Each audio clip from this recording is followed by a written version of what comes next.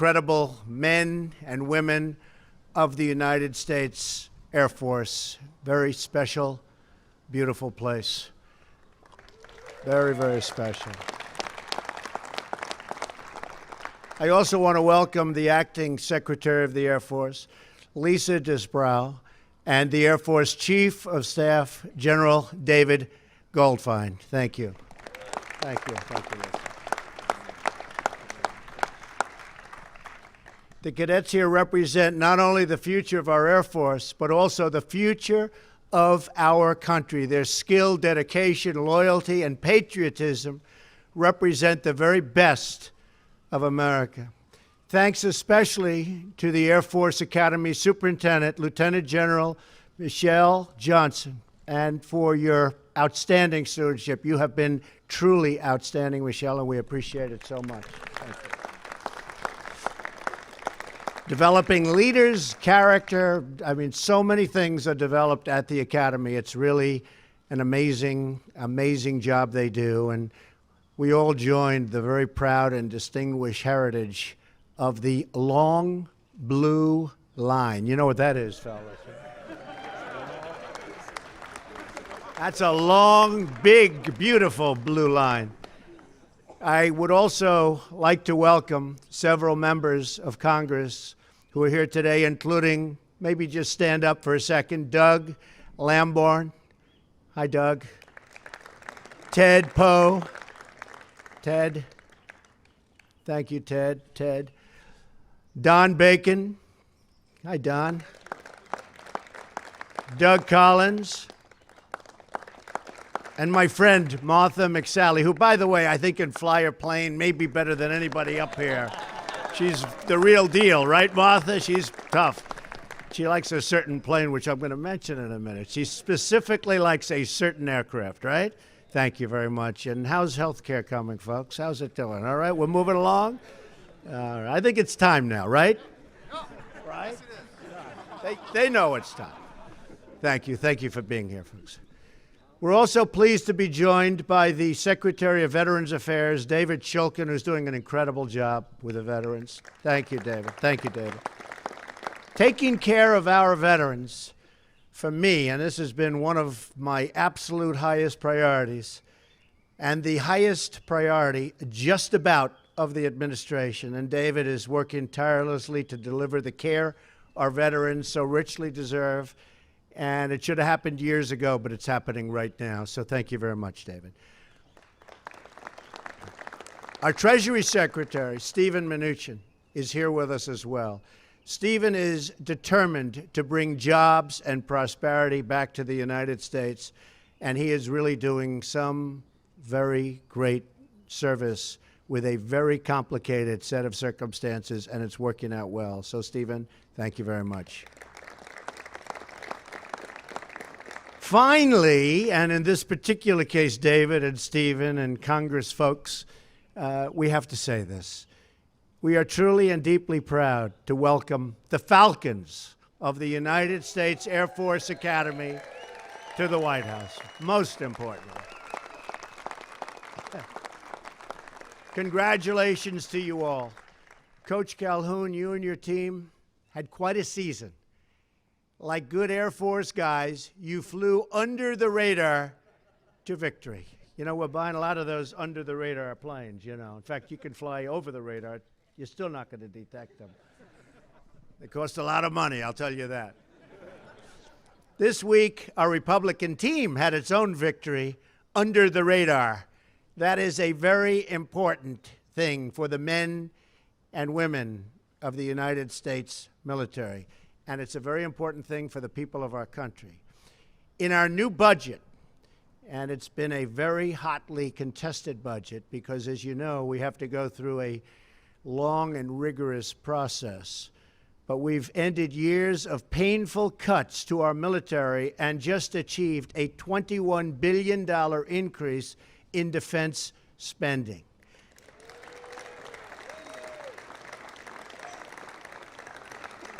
And we didn't do any touting like the Democrats did, by the way.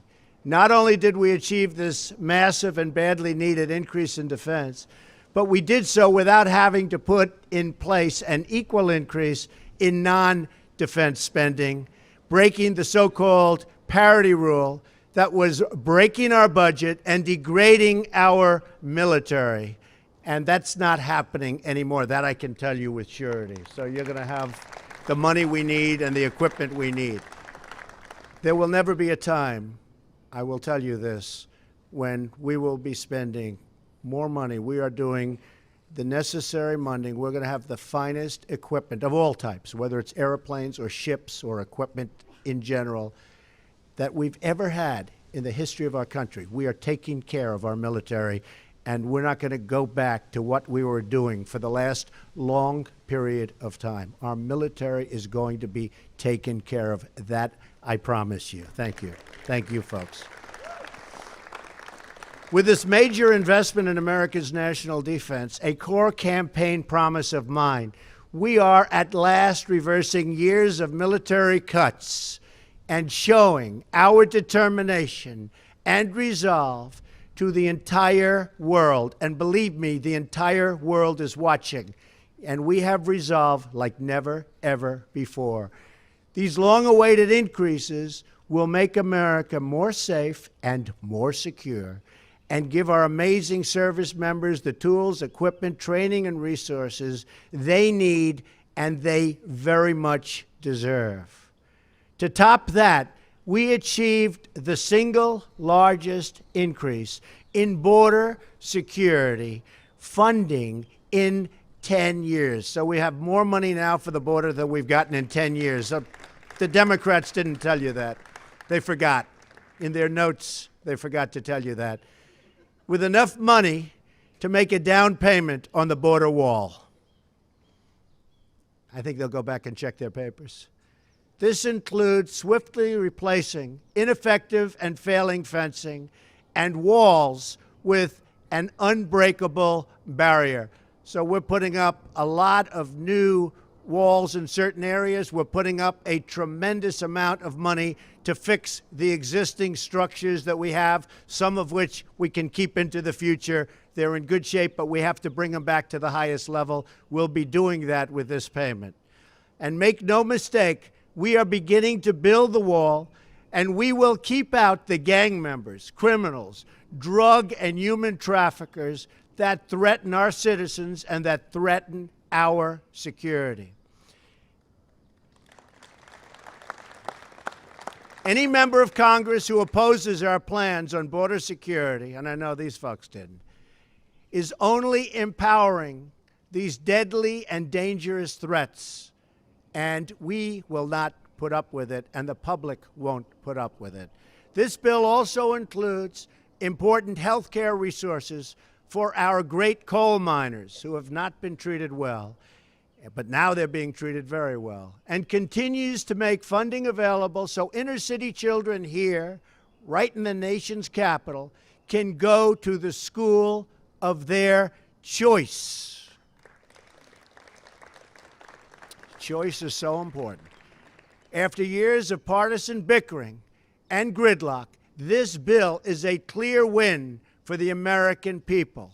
We brought lawmakers together from both sides of the aisle to deliver a budget that funds the rebuilding of the United States military, makes historic investments in border security, and provides health care for our miners and school choice for our disadvantaged children.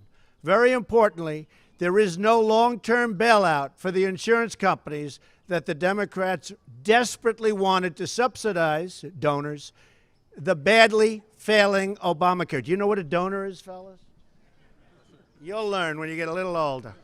You'll learn about donors. I used to be a donor. Used to get everything I wanted. This is what winning looks like.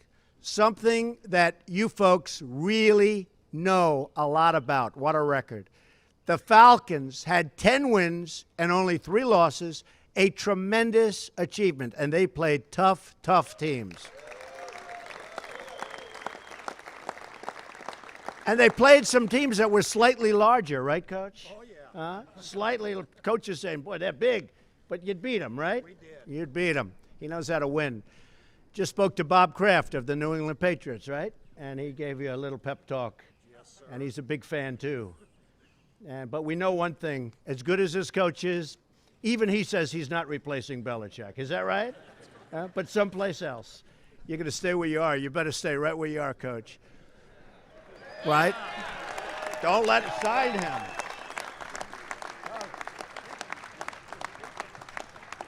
He better never leave us. He better never leave. And the Falcons, not only that, but finished very strong. You ended the season with 6 straight victories, including a win in the Arizona Bowl, which is a big deal. Who did you beat? We beat South Alabama. South Alabama, good team, too. But we all know the games that you're most proud of. I shouldn't say this, because I love these teams, too. Should I say it?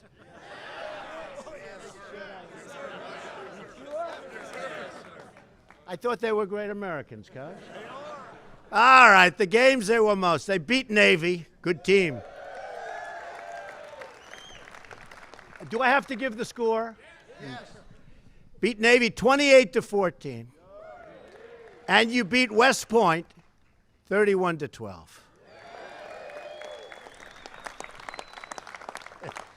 Does anybody feel guilty that you made me do that? No? It's a great privilege for me, for the first time, to present you the Commander-in-Chief's Trophy, my first time. Established in 1972, the Commander-in-Chief's Trophy has been claimed by the Air Force Academy. This is pretty hard to understand. You did go under the radar, Coach. I mean, it's really an amazing thing. A record, listen to this, 20 times. You have the record. More than any other of the service academies. Pretty amazing. As the United States Air Force celebrates its 70th birthday this year, this trophy will serve as a point of pride for the Academy's cadets, graduates, and all of the members, past and present, of the United States Air Force that we love. I love the Air Force. I love those planes. I love buying those planes at a reduced price. I have been really negotiating. I have cut billions. I have to tell you this, and they can check, right, Martha? I have cut billions and billions of dollars off plane contracts sitting here. Do they give me credit? No, but that's okay. So we can either do one of two things. We can buy more planes or we can cut the budget. What do you want to do? She says buy more planes. I think you're right. Nowadays, I think you're right. As proud as we are of your achievements on the field, we are even more proud of you and all of those who attend our service academies in general for your distinguished service on behalf of our great nation. Whenever an Air Force crew flies, you'll always find a powerful symbol of American strength and American prestige.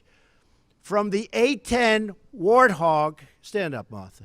This is what she flied. She said, please, please, Mr. President, order more. You think that's just a great plane, right? It does some pretty big damage, I know that. Okay, and we're working on that, okay? She loves that plane. To the F-16 Viper, not as good, not as good. To the B-2 Spirit, a little different, but still, no. It's pretty good, though. Our proud aircraft and airmen fill our friends, and you wouldn't believe it, with the level of confidence, and they really, truly strike fear into the hearts of our enemies. And I tell you, we have so many of those planes coming in. We have planes coming in from all different corners and all different sizes and speeds and with different capabilities. You're going to be very proud of what we're doing with the Air Force. And wherever, thank you. Thank you. And wherever our space and cyber airmen operate world-class systems for modern warfare, the full might of America will be on display for all to see.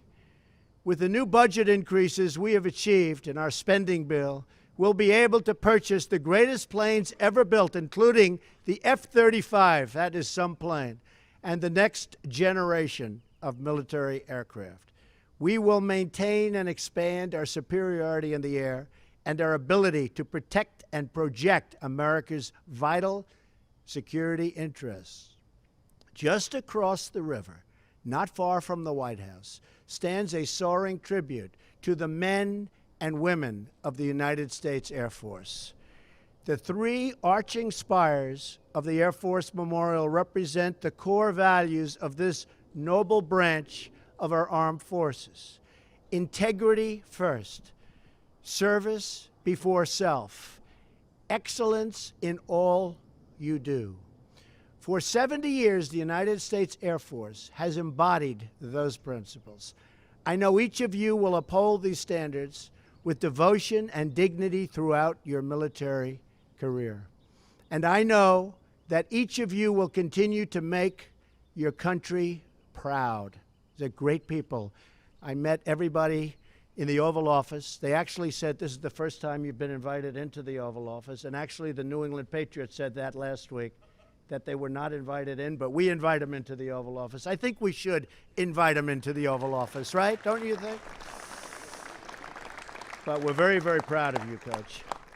Together, the five branches of the United States Armed Forces, Army, Navy, Marines, Air Force, and Coast Guard, are the greatest force for peace and justice the world has ever known. And believe me, getting stronger and stronger and stronger by the day. One of the reasons that I was elected, one of the reasons that I'm standing here is called people want their military to be strong. Not weak, but strong, really strong. You keep us safe, you keep us strong, and you keep us free. Thank you all for your service, and congratulations again to the winners of the Commander-in-Chief's Trophy, the great Air Force Falcons. Thank you. Congratulations. With that, I'd like to invite Coach Troy Calhoun, a great coach, loved by his players, by the way. I said, do you love him or do you dislike him? And by the way, some coaches are pretty well disliked, but they're good coaches too. But I like this combination much better. A great coach, Troy Calhoun, and congratulations, Coach. Thank you, man. Mr. President, we're overwhelmed with the graciousness of you and your staff.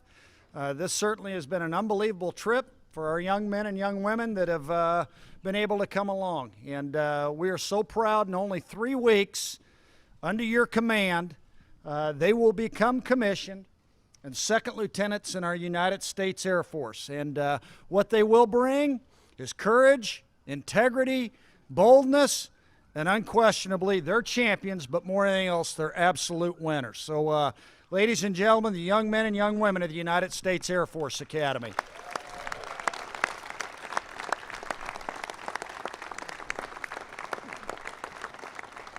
Hey, at this time, we have a couple of mementos we'd like to leave for the President. I will say this, our Commander-in-Chief, you look at our roster, we never have anybody that's ever worn jersey number 1 here in the last 9 years. Yet I think we got a new tenant holder to that spot. So, sir, I'm going to invite up Weston Steelhammer and Jacoby Owens, 2 of our captains, to present a little gift to you.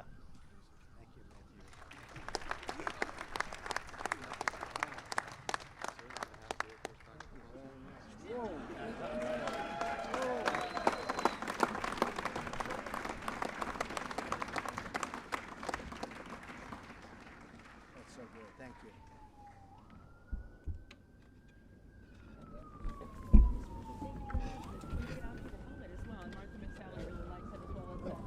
Martha, come on up here. It's a tiger shark How about our helmet. members of Congress? Come on up. It's a tiger shark helmet that commemorates from World War II flying tigers, and now A-10s wear this paint scheme as well. So you probably had an eye on one of those too. They wore it at the ball game in Tucson. Good to see you, Commander-in-Chief. I love the coloring on there. President, I think you need to chief step the Air Force up there, too. Yeah, you do. Oh, let's go. Come on, get up here. Come on, sir.